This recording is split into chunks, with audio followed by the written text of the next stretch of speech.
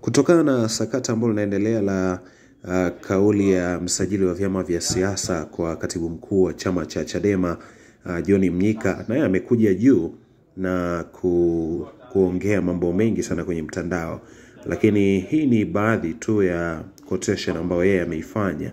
Anasema kwamba jana nikiwa njiani kuja Masasi nikapewa taarifa kwamba kwenye mitandao ya kijamii kuna kauli ya msajili wa vyama vya siasa kwamba imempa katibu mkuu wa Chadema wiki moja ili atoe majibu juu ya barua iliyoandikwa na wanachama kuhusu uhalali wa kikao cha baraza kuu la chama cha Chadema cha tarehe 22 Januari 2025, ikithibitisha uteuzi wa katibu mkuu wa chama, manaibu katibu wakuu na wajumbe wa kuteuliwa kamati kuu.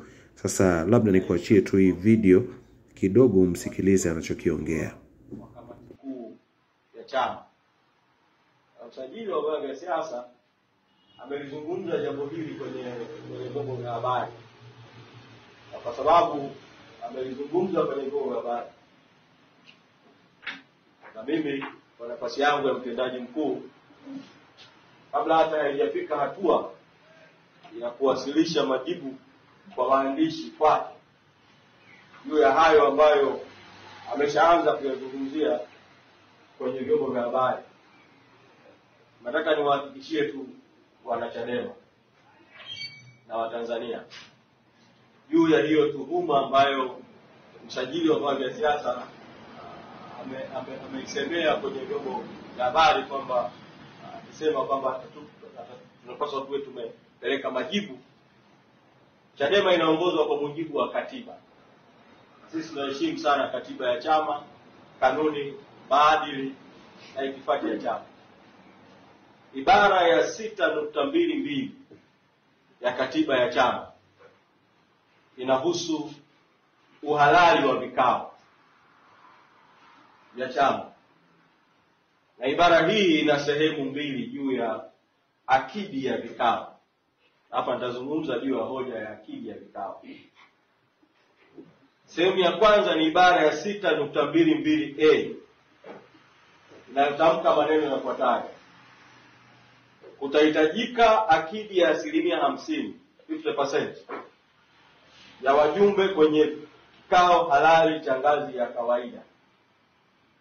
Alafu 6.22B nazungumza akidi nyingine: lakini vikao halali vya kurekebisha au kubadilisha katiba au vya uchaguzi na sera za chama vitahitaji akidi ya 75%. Kwa kuna akidi za aina mbili katika chama cha Chadema. Kuna akidi ya vikao vya kawaida vya maamuzi, na kuna akidi ya vikao vya maamuzi maalum ambayo kwenye katiba yametajwa ni mambo yafuatayo: moja, kama kuna ajenda ya kubadilisha katiba ya chama; pili, ajenda ya uchaguzi wa chama; tatu, ajenda inayohusu kupitisha sera za chama. Kikao cha baraza kuu cha tarehe 22 mwezi Januari mwaka 2025 hakikuwa na ajenda ya uchaguzi, kwa sababu nakumbuka, na hili nilieleza vizuri sana mbele ya baraza kuu. Baada ya kuwa katibu mkuu, nimepokea rufaa juu ya uchaguzi wa wajumbe wa kamati kuu wa kuchaguliwa. Ajenda ya uchaguzi ikawa si sehemu ya ajenda ya kikao cha baraza kuu cha tarehe 22 mwezi Januari mwaka 2025. Baada ya kuondoa ajenda ya uchaguzi, kikao kikaendelea na ajenda za kawaida ambazo ni kuthibitisha uteuzi wa katibu mkuu na manaibu wake na kuthibitisha uteuzi wa wajumbe wa kamati kuu waliokuwa wamependekezwa na mwenyekiti. Ajenda hizi za kawaida zinaongozwa kwa mujibu wa katiba ibara ya 6.22A kwamba akidi ni 50%. Katika kikao cha baraza kuu cha tarehe 22 mwezi Julai, idadi ya wanachama viongozi waliokuwa wajumbe wa baraza kuu ambao walisaini wenyewe, sio tu kwa kuandikiwa majina. Bahati njema sana kwenye kikao kile cha baraza kuu, kila mjumbe aliandika jina lake kwa mkono wake mwenyewe, cheo chake kwa mkono wake mwenyewe, eneo lake analotoka kwa mkono wake mwenyewe, nambari yake ya simu kwa mkono wake mwenyewe, na akasaini kwa mkono wake mwenyewe. Jumla ya wajumbe 234 sawa na 56.8 walihudhuria baraza kuu, na tunao ushahidi wa mahudhurio yao. Wanataka kuwaambia wanachadema na Watanzania, muwe na amani na muwe na imani. Mchezo huu haramu unaohusisha ofisi ya msajili na baadhi ya watu ndani ya chama, mbinu hizi haramu, nataka muwe na hakika tutazidhibiti kama ambavyo tumedhibiti mbinu nyingine haramu ambazo tutakabiliana nazo kama chama. Na nilisema awali kabisa jambo hili lilipojitokeza kwamba mambo haya yanafanyika kutaka kukitoa chama kwenye ajenda kuu ya chama, na ajenda kuu kwa kweli ya taifa ya no reforms no election, bila mabadiliko hakuna uchaguzi. Kwa wanachadema kote nchi nzima na Watanzania, msikubali kuondolewa kwenye ajenda kuu.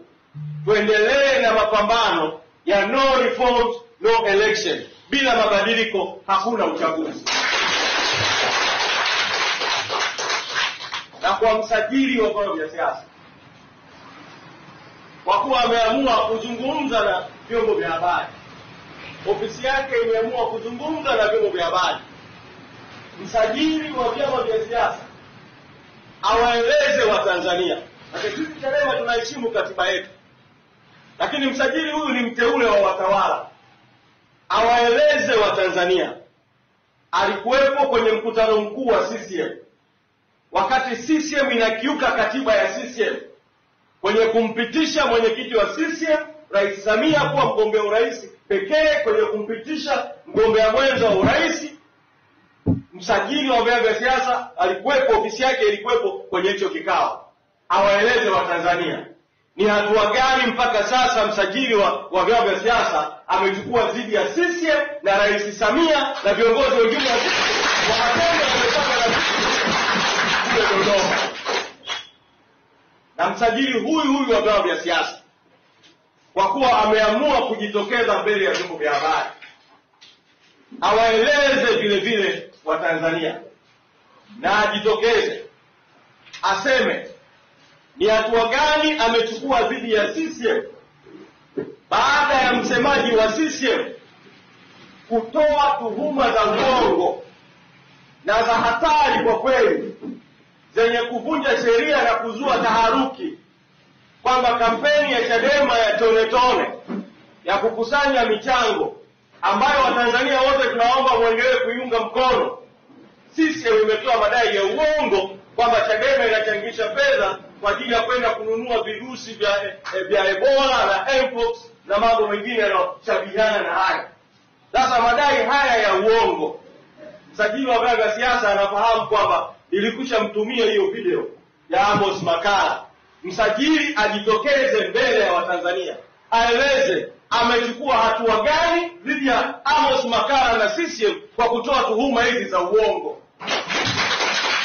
Msajili wa vyama vya siasa aseme mbele ya vyombo vya habari ametoa siku ngapi kwa Amos Makala kujieleza na hatua zipi ambazo amechukua juu ya Amos Makala.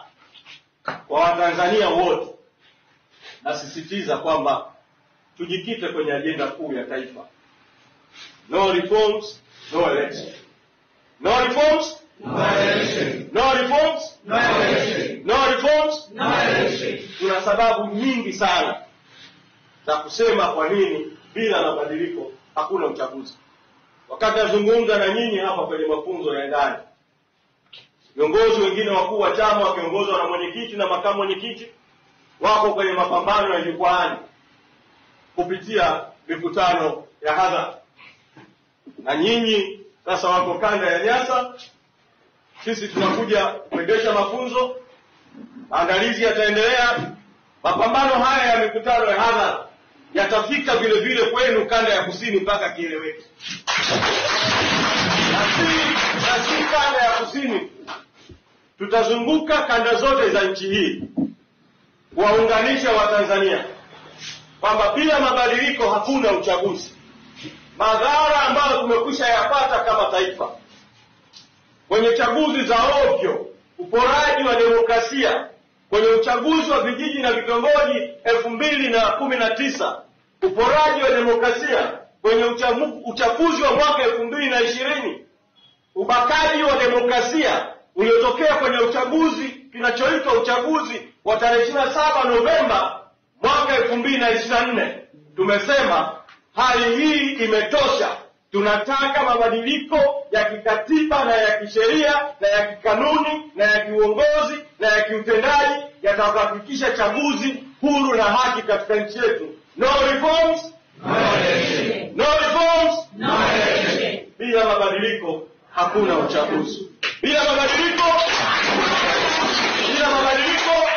uchaguzi. Kwa hiyo msajili na wote wanaotumika, tunataka kwanza, kama ofisi ya msajili ingekuwa inazingatia sheria, inazingatia mamlaka ya ofisi ya msajili, ofisi ya msajili wa vyama vya siasa ambayo inajiita eti ndio walezi wa demokrasia, eti ndio walezi wa vyama vya siasa, ofisi hii ndio ingekuwa mstari wa mbele kuungana na Chadema katika no reforms no election.